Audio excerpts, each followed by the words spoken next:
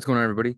Like I promised, tonight I'm going to be giving you the training on how many calories you should be eating, understanding calories, understanding macros, so that you can actually lose weight. Because calories can be super confusing, but they don't have to be, because they're really not that confusing once you understand exactly how many you really need to be eating in a day.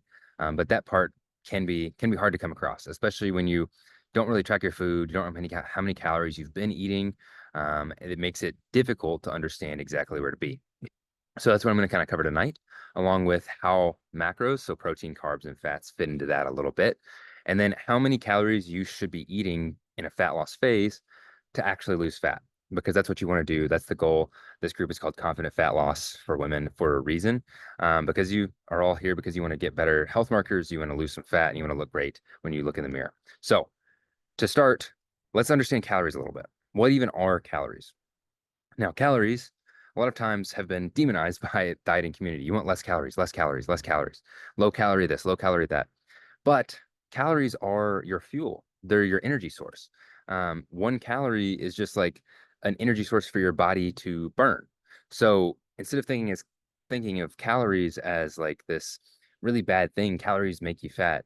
That's not true. Calories are just a source of energy. It's the excess of calories, that excess of energy that ends up putting fat in your body because that fat is just the stored energy that you're not using. So stop thinking about calories in, the term of, oh, calories make you fat or the more calories, the worse it is, because that's just not the case. Calories are just a form of energy. Some foods have more energy, some foods have less. And all these low calorie foods are just less energy producing foods because they've been manipulated to be that way.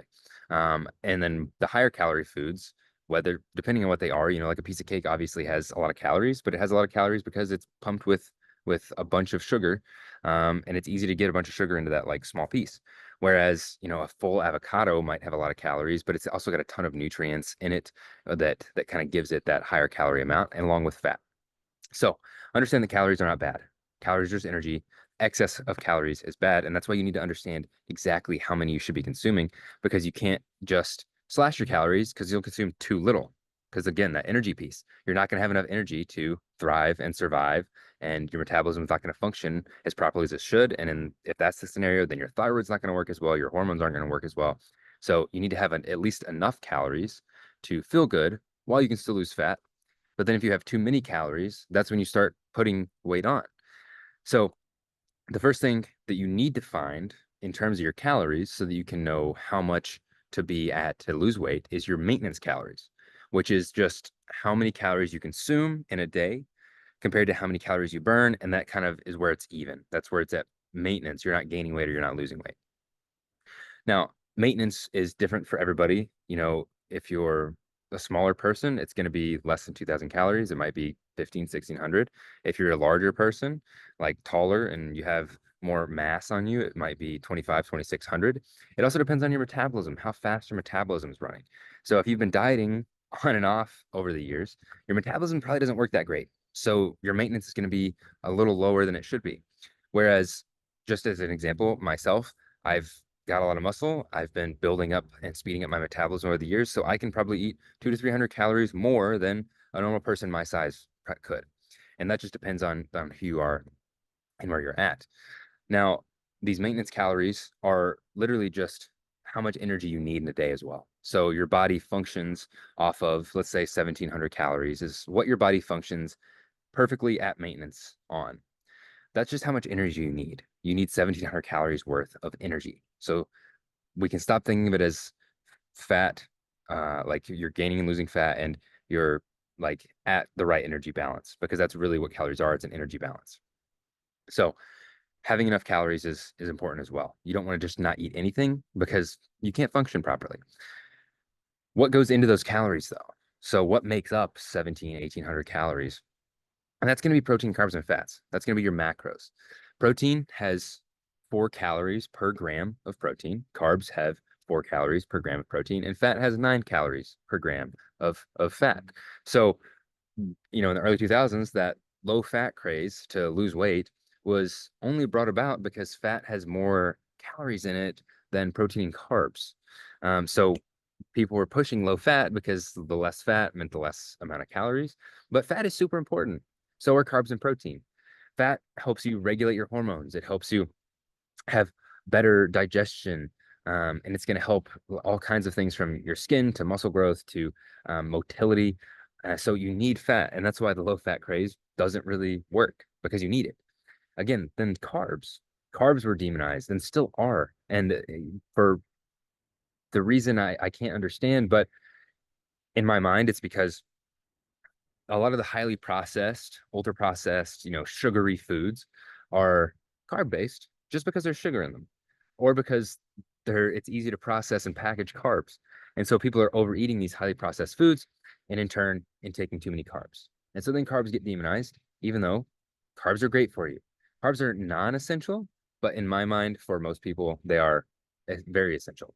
So you need carbs. And then protein, everybody knows you need enough protein in order to build muscle, in order to lose fat, in order to have muscle protein synthesis. And you need all the essential amino acids that come from those proteins. So keep that in mind as well. But then how do you calculate exactly how much you should be consuming? Because it's kind of complicated, right? I can't tell you exactly how you can calculate it because it's kind of a complicated formula and it'd be a waste of time if I told you exactly. So I'm just going to share my screen and show you exactly what you need. So this is kind of the formula that I use for clients. And it's not nearly as complicated as it looks, and I'm going to show you that in just a second. So what we have here is just the formula in a spreadsheet. And you can see within this formula, you've got right over here, this number is going to be the maintenance calories, what your true maintenance should be. And then you've got height, weight, and age, because all of that plays a role. So your height, your weight, unfortunately, with the formula that I use, you need to use kilograms. And all that is going to be your weight, which this one's just a basic 175 divided by 2.2. And that's how you get the kilogram number that you need. So right now, this weight is set to around 79 kilograms. And then the height is going to be in centimeters. So unfortunately, again, you can't use feet, you can't use inches. It needs to be in centimeters to get that true number. And then age can just be obviously your age. And what this is going to spit out, this formula is going to be your BMR, which is just your basal metabolic rate, which is kind of like just the amount of calories you're going to burn if you just laid on the couch all day and didn't do anything. That's the amount of calories your body needs in order to function properly before any of the exercise, before, going to work, moving around, taking care of your kids. You burn calories doing all those things. If you didn't do any of those things and you just laid in bed all day, your BMR would be your maintenance would be 1,395 based on this BMR. But most people don't just lay in bed all day. They actually, move, they go to work, they talk to people, they fidget their hands and they pick up stuff and they digest food, which also burns calories. And so your BMR is not your true maintenance. And then that comes in and you have to understand how much you're exercising, how much you're moving around day to day. And when you have that, you can multiply this BMR by a number, maybe 1.2, 1.3. If you're sort of sedentary, you lift maybe 2 or 3 days a week, you go on some walks. Or if you're super active, multiply it by 1.7, 1.8. And that calculation is a little more complicated. So if you're watching this and you want the calculation for yourself, please just reach out and I can help you kind of figure it out because I don't want you to be in the dark. So BMR is the first thing to understand. Then you can multiply that based on your activity level to get your true maintenance, which is going to be, this number over here, right around, whatever your height and weight is. It might spit out 2,000. It might spit out 1,700. It might spit out 2,100. It just depends. And you can use the weight. If you have 100 pounds to lose, you don't want to use that weight. You want to use your ideal body weight. Using your ideal body weight will give you a much more accurate representation and a much more accurate number in order to lose that fat. But then we're talking about protein, carbs, and fats. What actually goes into your calories is protein, carbs, and fats. But how many do you need to succeed in your fat loss journey? And that's going to differ for everybody. So right now, this is set to 130 grams of protein, 175-ish grams of carbs, and then 58 grams of fat, which is a pretty basic representation of what the carbs and fat and protein should look like inside of this person's program. So it's right around 30% for protein in terms of the grams to calories, 40% for carbohydrates, and then 30% for fat from calories compared to grams. And that's like the most base level, like perfect fat loss regimen that you should be consuming. But what if you're only consuming like 40 grams of protein a day? What if you're only consuming 10 grams of fat or carbs or something like that, crazy like that? That's going to differ a little bit because if you come in and you need 120, 130 grams of protein to get to that 30%, but you're only eating, 40, 50 grams of protein, you can't just make that jump. Your stomach, first of all, will hurt really, really bad, but it's just not going to be easy or sustainable for you to do. So making sure that you're not jumping too quickly to that number is really important. But that number is a goal to have. So you can look at that number as a goal you should set for yourself to get to that point.